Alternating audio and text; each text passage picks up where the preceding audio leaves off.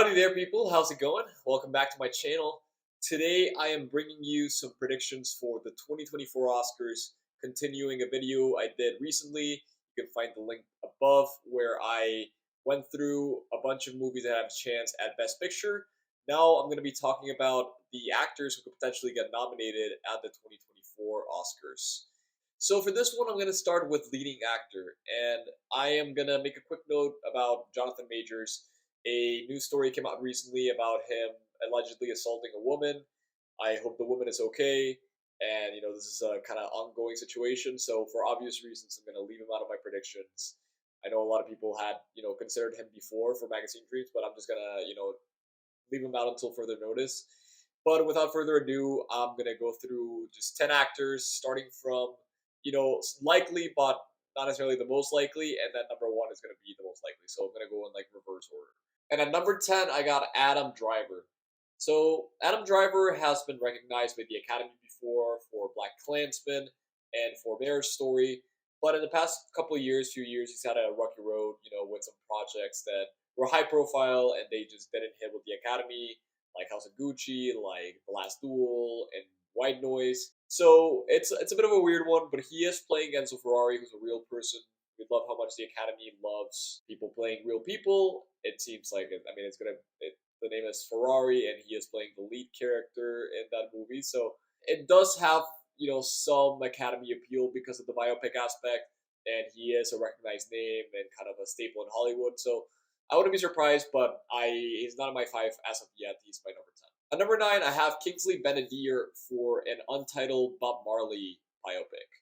And I haven't been here for similar reasons to Adam Driver. I mean, I guess he's not as recognized a name. From what I've seen, he is mostly known for TV. Correct me if I'm wrong, but I haven't really seen him in many film projects. But this is pretty high profile because of the person he's portraying, Bob Marley, and there's obviously been actors nominated for biopic performances in the past, like Austin Butler for Elvis or Rami Malek for Bohemian Rhapsody. So keep my eye on this one. It's a musical biopic, so it makes sense. I just, I don't know enough about the movie or the actor to have like that much confidence in it as some people do, but he's still in my 10. At number 8, I have Timothée Chalamet for Wonka. I've seen a lot of lists that have excluded Wonka, and I understand that because it's really, it's kind of a fun comedy. It doesn't seem like the kind of movie that gets people in. But, Timothy has a ton of charisma, and this is not a horror movie. Like, it's not the kind of thing the Academy completely just looks away from. He is playing Willy Wonka, who's an iconic character. It's Timothée Chalamet, Oscar-nominated actor who people absolutely love. And if the movie is a hit, which, I have confidence in the movie being good, I think Timothy could get in, because why not? At number 7, I have Teo Yoo from Past Lives. So, going out of Sundance and Past Lives premiering there, it seems like all three actors in that movie have buzz. This is a particularly strong category. Leading actor, I think, has a lot of big names this year. So Teo Yoo is sitting outside of my picks, of my top 5 picks, but he's still, looking really strong early on. He apparently delivers a really tender and just beautiful and heartfelt performance. So I'm really excited to see him. I trust the people who have seen the movie and say it's good and say his performance is really great in it. So yes, because we've seen this and we know it's a good performance, it's my number 7. Then at number 6, I got Joaquin Phoenix and Napoleon. So obviously he's playing a real person here, and it's Joaquin Phoenix, who's an amazing actor. And honestly, I see this happening more than the movie. I think it's more likely than some other categories for Napoleon, but I have some doubt. Again, Ridley Scott has been kind of hit or miss with the Academy. Lady Gaga couldn't get in for House of Gucci. So I have a little bit of middling thoughts and doubts, but I do trust Joaquin Phoenix as an actor, and he's obviously portraying somebody who is really famous and really, it's a big character, a big personality. So yes, I mean, this could definitely happen. It's sitting right outside my top 5 right now. Going into my top 5, though, I got Barry Keoghan and Saltburn. So this seems, I've recently seen on Twitter and just, on social media in general that Saltburn is a project that's like highly anticipated for a lot of people.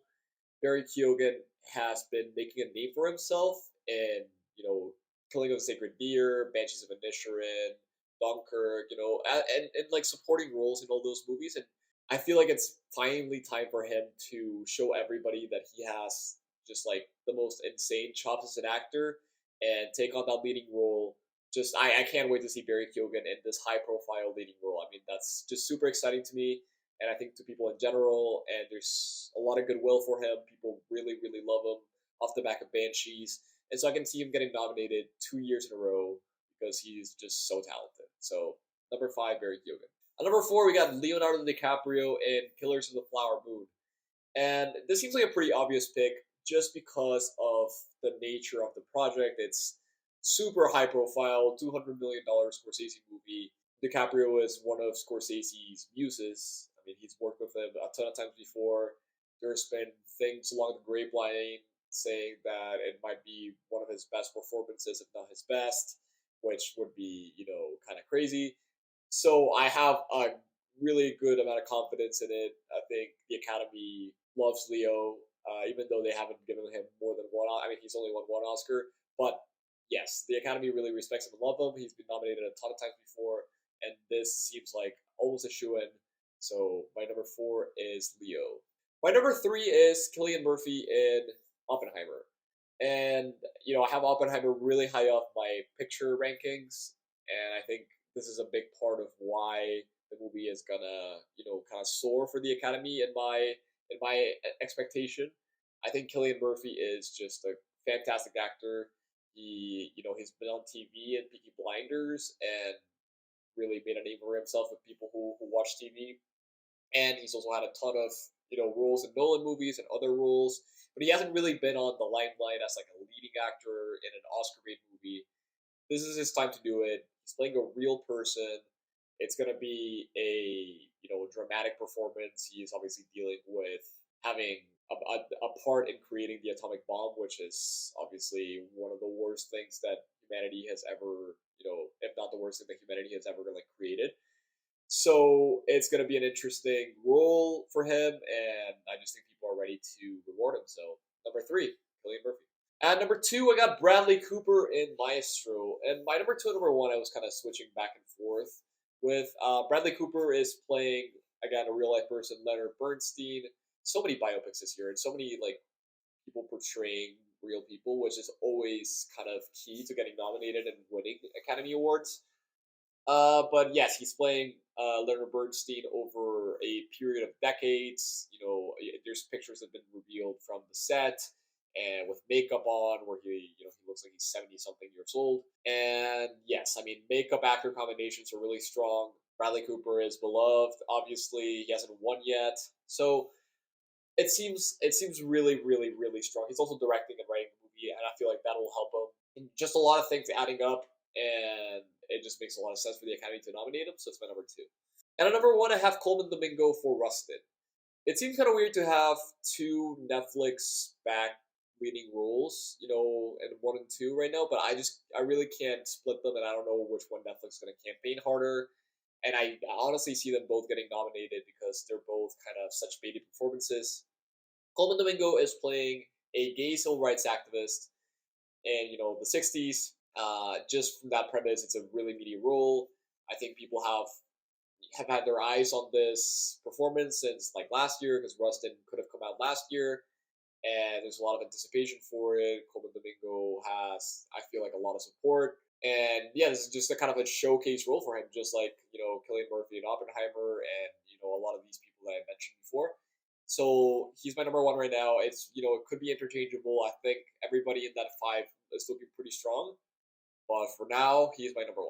All right, moving on to Best Actress. And I gotta, caveat by saying, maybe I'm just missing something, but it seems like the actor category is a lot more stacked this year. There's a lot of high-profile movies that'll have actors, in leading roles, as opposed to actresses.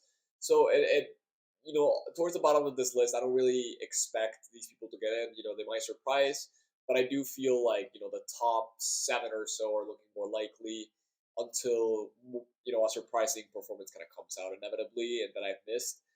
But, without further ado, I'll go through my 10. At number 10, I have Tilda Swinton in Problemista. This is an A24 movie. It premiered South by Southwest. Apparently got really great reviews. Tilda Swinton is, consistently great at everything, and I think this is no different based on the reactions from it. Again, I don't think this is probably going to happen, but it is an A24 movie. They've recently been able to campaign actors and, movies into a ton of categories. So this is not, completely off the table, and that's why she's my number 10. At number 9, I have a foreign actor. I have Sakura Ando for Monster. This is just to have, obviously I don't know anything about Monster. I think the plot is still under wraps. It's Hirokazu Koreeda, so it's a high profile, Japanese director directing this movie. And for that reason alone, I feel like it's good to have a leading actor from an international film kind of be in contention. This is the one I'm considering right now until further notice, until I see if there's anybody else who might be spreading up at the Cannes Film Festival or just, further on in award season. For now, she is kind of a placeholder here for international, but because I don't know enough about the film or her filmography in the past, I just expect an international actress to make it in, and this seems like a strong bet early on. At number 8, I have Rachel Sennott for Bottoms. Rachel Sennott is kind of I don't know if it's just film Twitter, but she seems like a beloved figure in film, a young actress who kind of has no haters, I believe. And she's also in this, and she was in Shiba Baby, which was the director of Bottom's last movie, and apparently she's really great in this one as well. I can't expect anything less. I still don't think this is like the strongest bet for actress at this point. Again, I don't know if I'm missing, anything that's like massive, but the category seems a little bit weaker than actor this year. But anyway, I think no discredit to Rachel Sennott. I mean, the reason I say it's might not be as likely is because the movie is more of like a comedy, but never underestimate her talents. The movie has a strong Metacritic score and buzz early on, and I'm really, really hyped to see her and see the movie. So Rachel Sennott at number 8. At number 7, I have another A24 performance. I have Kirsten Dunst in Civil War. A24 film. I don't know if anybody from Ex Machina got nominated for Oscars. I think maybe Alicia Vikander did in the supporting role, but this is Kirsten Dunst, recently Academy Award nominee. She is presumably the lead of this movie, from what I understand. And yeah, I mean, A24 again, really good at campaigning. Alex Garland has kind of been hit or miss. Men was not a hit last year, but this is not a horror movie. It seems like this is going to veer off into more real and grounded territory, whereas his previous movies have been more sci-fi oriented. So this might be Alex Garland's kind of breakthrough with the Academy, getting more stuff from the movie in. And Kirsten Dunst is obviously a well-respected actress who got her Oscar nomination for Power of the Dog recently. So yes, my number 7. At number 6, I have Zendaya in Challengers. A Luca Guadagnino movie that's not a horror movie. Seems like a strong bet for some acting noms. And I do feel like Zendaya is maybe the most high-profile person in this film. Mike Feist is also in it, but obviously Zendaya is a huge star on TV and just in general. She's a massive celebrity. I think the Academy kind of wants her to be there. I mean, this might be a dumb point, but the Academy would probably want her to be at the ceremony, and I'm sure she's going to deliver a great performance. Timothée Chalamet got nominated for Call Me by Your Name, which admittedly is more of a drama, whereas Challengers might be more of a comedy. But I do think Guadagnino is a great director, and Zendaya is a great actress, and the combo is probably going to work out, and so I have faith in it. And again, the lineup being slightly weaker than the leading actor lineup might mean that a more comedic performance or a performance in a movie that maybe isn't as Oscar baity might get in. So Zendaya is my number 6. At number 5, I have Saoirse Ronan for Blitz.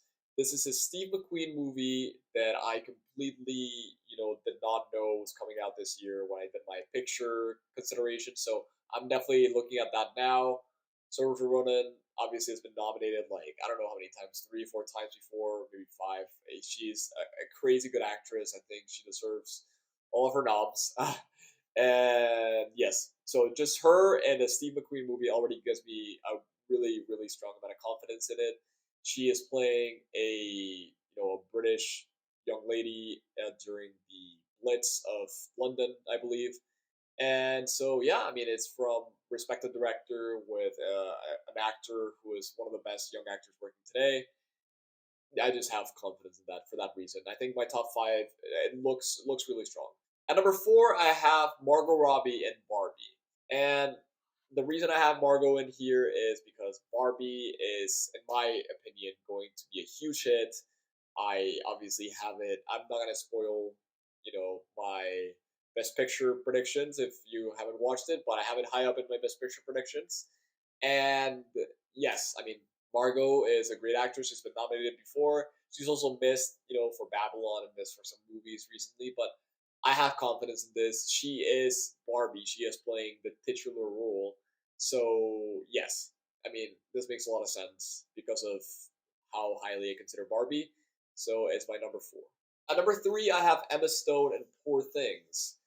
Emma Stone, again, one of the best young actresses working today, and she is in an not necessarily Oscar-bait movie, but a movie that I think is going to do well at the Oscars. And she is playing a character who has like her brain swapped for the brain of an infant, I believe. So she's going to be giving like a weird, like really actory performance, like a big capital A acting performance. So yes, I mean, if the Academy likes Poor Things, which I hope and believe they will, I think Emma Stone goes in with the movie. It just makes a lot of sense. She is going to be, the lead, the real lead, the true lead of this movie, from what I understand. So very excited to see it. And yeah, Emma Stone. I mean, I would love to see it. Love her as an actress. So she's my number three. At number two, I have Fantasia Barrino for The Color Purple. Um, this is a role that's gotten rewarded before, if I'm not mistaken, at the Tonys and potentially in some of the other adaptations of The Color Purple. It's a movie that's, in a lot of people's consideration as a potential Best Picture nominee, and it seems like a really meaty role following the struggles of, this black woman in the early 1900s. I'm sure the performance is going to be amazing. And for that reason, it's my number two. Big movie, big media performance, and it's a role that's been rewarded before, so we know that there's a lot of stuff here for her to work with. So that's why she's my number two. So number one, I have Greta Lee for Past Lives, and I have her number one because I do think the Academy is going to want to spread the love a little bit. And if Past Lives, gets nothing else, which I hope it gets more, Greta Lee seems like a really good bet. Again, the actress category is not as strong as the leading actor category, so there's more room for her to kind of burst through than Teo Yu. And yeah, I mean, apparently she gives an amazing performance in this movie that's going to be top five for Best Picture. So I could totally see it happening. It would be another actress of color to win, kind of back to back with Michelle Yeoh. So yeah, I'm just excited to see her and excited to see the movie, and I have her in my number one right now. All right, moving on to supporting actor. I'm gonna try to go through these a little bit quicker than the leading actor role, so this video doesn't go over long. At number 10, I have Will Arnett and Next Will Wins. Next Will Wins, I have like pretty low down my consideration for Best Picture, just because the movie's been delayed a ton, and it seems like the studio doesn't know what to do with it, kind of thing. So it might just be kind of bad. But I'm just holding out some hope, but this might be kind of more of a hope prediction than a prediction. Will Arnett is, an actor that I love, and he voices one of my favorite characters in BoJack Horseman. And I just think he's such a funny guy with such great comedic timing. And if Next Will Wins is like even just an okay or good movie, and he just delivers, his comedy and is able to add that charisma to the film, I do think there's room here for Will Arnett potentially. But he's my number 10. He's not my top five. Just take what you will from that. At number 9, I decided to go with just like a random name from Asteroid City. I went with Tom Hanks because he is the most high-profile actor in here, probably, and so it makes sense that it would be him just based on name alone. He might also have the most prominent role. So we'll see who actually is the standout in the supporting cast. But if Asteroid City is like a big thing at the Academy, it's all supporting actors, so it would make sense for somebody to get in from this movie. Tom Hanks could be that person, could be somebody else. I don't know. It's my number 9, so yes. At number 8, I have Glynn Turman from Rustin. Again, Rustin has, I think, a decent supporting, like a decently large supporting cast, so not sure who's going to be the standout here. There's rumblings that maybe it's Glynn Turman who has, the most screen time and the most kind of meaty moments for supporting actor. I guess it will remain to be seen, but yeah, I mean, it's my number 8, and I think we should definitely keep an eye on that. At number 7, I have Robert De Niro in Killers of the Flower Moon. If I'm not mistaken, he plays a little bit of a villainous character, like a kind of a despicable guy, and it's De Niro working with Scorsese, so that's always kind of a winning formula. Even when he didn't get nominated for The Irishman, he was really, really close, and he probably should have gotten nominated, in my opinion. And it's De Niro. People love him. People, want to give him nominations, I think. So it's my number 7 for that reason. There is somebody else from Killers of the Flower Moon I have higher up, but I do think De Niro has a solid chance of getting it. At number 6, I have Colman Domingo for The Color Purple. Sometimes it happens that an actor can get in for 2 different roles, especially if it's kind of like their year, and it seems for Colman Domingo with 2 big projects coming up this year, that it could just be like his year. It could just be like the Academy is like, wow, you're just amazing in both of these movies. We're gonna nominate you in both. He's sitting right outside my picks at number 6, so I don't have him in as of yet, but I do think there is a chance it happens. It could be somebody else for The Color Purple. I haven't seen the previous adaptation, so I don't know who has the meteor supporting role here, but yes, number 6, Colman Domingo.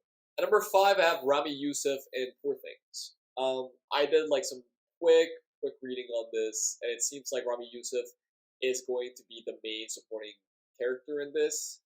Willem Dafoe's in this movie, and also Bruce Banner, what's his name? Mark Ruffalo. Mark Ruffalo is also in this movie. But it seems like Youssef is going to have the bigger role in this, and for that reason, I have more confidence in him getting in than the other 2. But I mean, again, it's early on, so there's really not no knowing anything. It's just kind of based on the amount of screen time he might have, and yeah, for that reason, he's my number 5. At number 4, I have Austin Butler in Dune Part 2. I understand that he's playing like a prince, maybe like the Emperor's son, I believe. And from what I understand, his role is pretty substantial in Part 2. We didn't get to see his character in Part 1, and obviously no Dune actors got nominated for the first part of Dune. But I have a feeling that Dune Part 2 is going to be bigger than Dune Part 1. They might want to like extend nominations beyond just tech categories.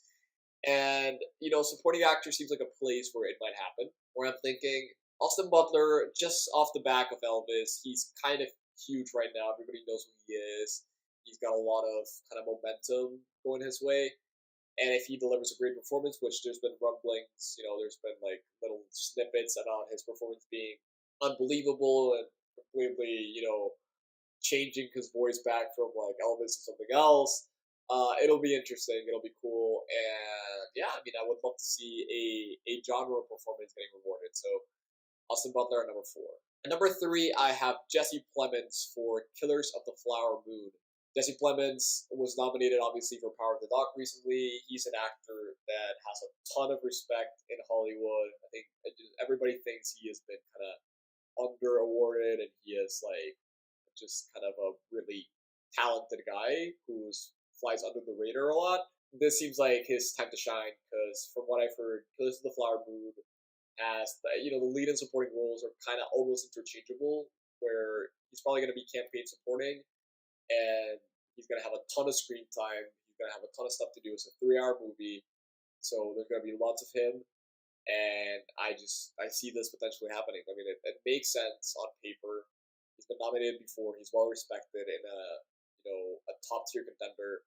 Yes, just put him in. At number 2, I have John Magaro for Past Lives. I've heard that John Magaro's performance is just kind of undeniably good. He like breaks your heart in the movie, and yes, he's a well respected actor who I feel like hasn't gotten his due. So it makes a lot of sense. again, people early on have been saying all 3 performances in this film are great, and I just trust that this is going to happen.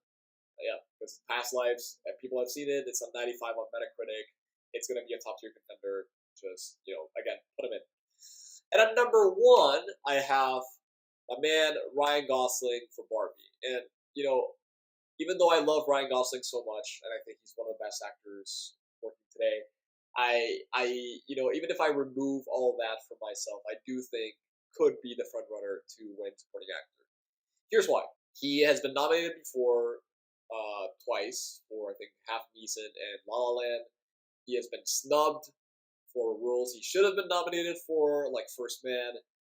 He is, just incredibly charismatic and so funny, and Barbie is going to be, it's going to lean a little bit into comedy, and his comedic timing is just, I think, unbelievable. If you want to get a quick snippet of how funny he is, watch the Papyrus sketch from SNL, or just watch The Nice Guys, or watch anything he's in. Really, I mean, he's so funny. Yeah, he's gonna give a good, a great comedic performance in this film. There's been test screenings for Barbie recently, and apparently he is by far the standout of that movie. People are saying yeah, he's definitely getting nominated. He could win. So all those things added up, track record with the Academy. He's incredibly talented and funny in a comedy, and he has received rave reactions at a test screenings. That just is a winning package for me, and that's why he's my number 1. All right, moving on to supporting actress. And at number 10, I have, just coming off of Barbie, I have Issa Rae in Barbie. She shows up in the trailer, and it seems like she might have a meaty supporting role, like a decent amount of screen time. I can't be sure about this because everything Barbie related, apart from the test screening reactions, is a little bit under wraps. But if Barbie is a huge player, and Margot and Ryan Gosling are both getting nominated, I see potentially some conversation starting to happen around other actors in the movie who are also in supporting roles. So I don't think it's necessarily going to happen, but definitely keeping my eye on it, and would be cool. At number 9, I have Emily Blunt in Oppenheimer. I believe Emily Blunt is playing Oppenheimer's wife, and I'm sure because of the premise of the movie is going to be about testing the atomic bomb, so it's going to be a pretty character-centric movie. I'm sure she's going to play a big role in the film. She seems like, there's not many female performances in Oppenheimer. It's a very male energy film. It seems like the cast is supposedly guys talking about bombs, but she's going to be kind of an emotional piece of the movie because she's obviously Oppenheimer's wife. She's an overdue actress who's never been nominated before and who is incredibly talented. So I would love to see it, and that's why she's my number 9. At 8, I have Adrienne Warren in Rustin. Again, not sure about the supporting performances in Rustin. I don't know which one is going to have the most screen time or not, but she seems like top billed cast, and a movie that's going to be pretty high profile. So that's why she's my number 8. That makes keep it short and sweet.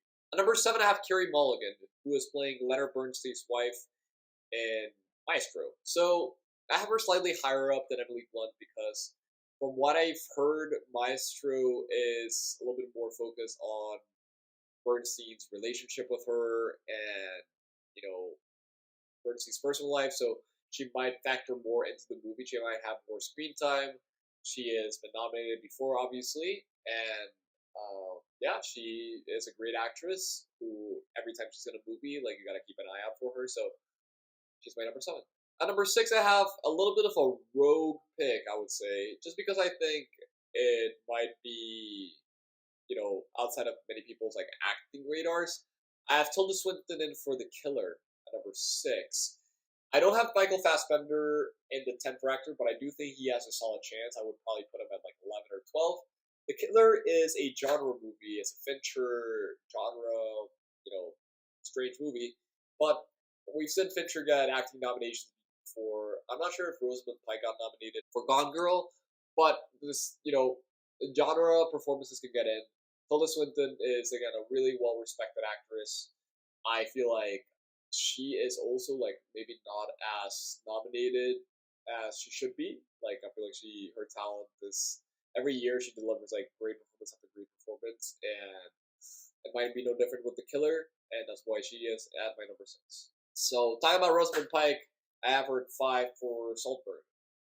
I think the last performance of hers that got kind of so much attention or so much hype was probably Gone Girl, and this time she's coming back in a movie that's pretty high profile. Emerald Fennell, writing and directing it, and Barry Keoghan is in my 5 for leading actor. And, this movie might, if it does well in the Academy, might come in with a supporting performance as well. I think, between her and Carey Mulligan, I'm not sure who plays the larger role in the film, but for whatever reason, I think it might be her. So, yes, Rosamund Pike is in here. She's a great actress, and that's one of the reasons why she's in my 5. At number 4, I have Taraji P. Henson for The Color Purple. From previous adaptations from the original source material, it seems like she has a substantial role in this film, and that already gives me a good amount of strong amount of confidence in her, because she is in a really high-profile movie with a role that's going to be meaty, that we know, a lot of these original roles, a lot of these roles in like Poor Things or like Barbie or The Killer, you really don't know how much supporting actors are going to feature in these films. With her, we know that she is going to be like in it. She's going to have big moments, and yeah, so that already gives me enough to put her at number 4. At number 3, I have Vanessa Kirby in Napoleon, and it might be weird to have her in and not have Joaquin Phoenix in, but the leading actor category is super stacked at the top, especially, so it's really hard to get into that 5.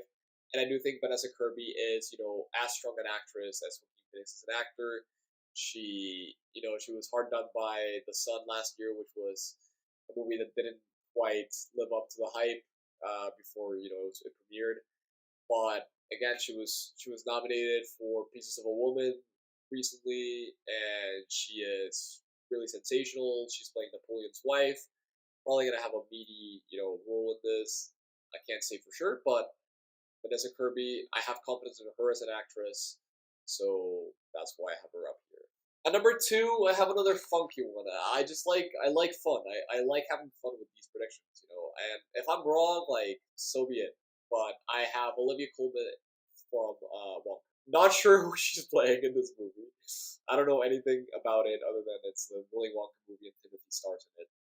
But Olivia Colman is, again, one of the funniest people ever, and if you're able to channel her comedic skills, which I feel like a lot of these Oscar bait movies she's been nominated before for are more dramatic or whatever, they're more Oscar baity. This is gonna be Olivia Colman doing funny stuff, and like, who doesn't want to see that? Who wouldn't enjoy that? I feel like I would vote for that if it's any good. So yeah, like, I love her, and I think she's gonna be great, and I hope she is. And if I'm wrong, like, again, so be it. And at number 1, I have, I think, the obvious choice, and the choice that a lot of people are gonna have in here, and it's Lily Gladstone for Killers of the Flower Moon. I have her in here because she is gonna be in a huge contender. She's gonna have a already kind of reportedly big role in this film, and apparently she's amazing from test screening reactions. She's an actress whose stock is rising super quickly. She was in Certain Women, a Kelly Reichardt movie a few years back. This year she is in Fancy Dance, a Sundance movie, and she got rave reviews coming out of the festival. It seems like from even from last year, she was kind of, before people knew that Killers of the Flower Moon was coming out this year, she was considered to be the front runner, or one of the front runners, and I think this time around is no different. Huge performance in a Scorsese movie, and she is an actress that is extremely talented. That gives me a ton of confidence in her, and that's why she is easily, at this point, without knowing anything about these movies, my number 1. So there you have it, guys. That's my roundup. Those are my 40 actors that I'm looking at for potential nominations. There's definitely more that could happen. I'm sure there's people are gonna jump out with great performances come award season. But for now, that's what I have. And again, it's just me. It's my list, and I do some weird stuff. I may forget things. I may not know about movies that are coming out potentially. This is just where my head is at, and I would love to hear where your head is at. If you agree, if you disagree, respectfully, obviously. But yeah, I would love to see your comments in the comment section. If you like this video, please feel free to hit a like, and please feel free to subscribe as well. Thank you so much for watching. I will come back with director, writer, and tech noms sometime soon. And until then, I'll see you later. Peace.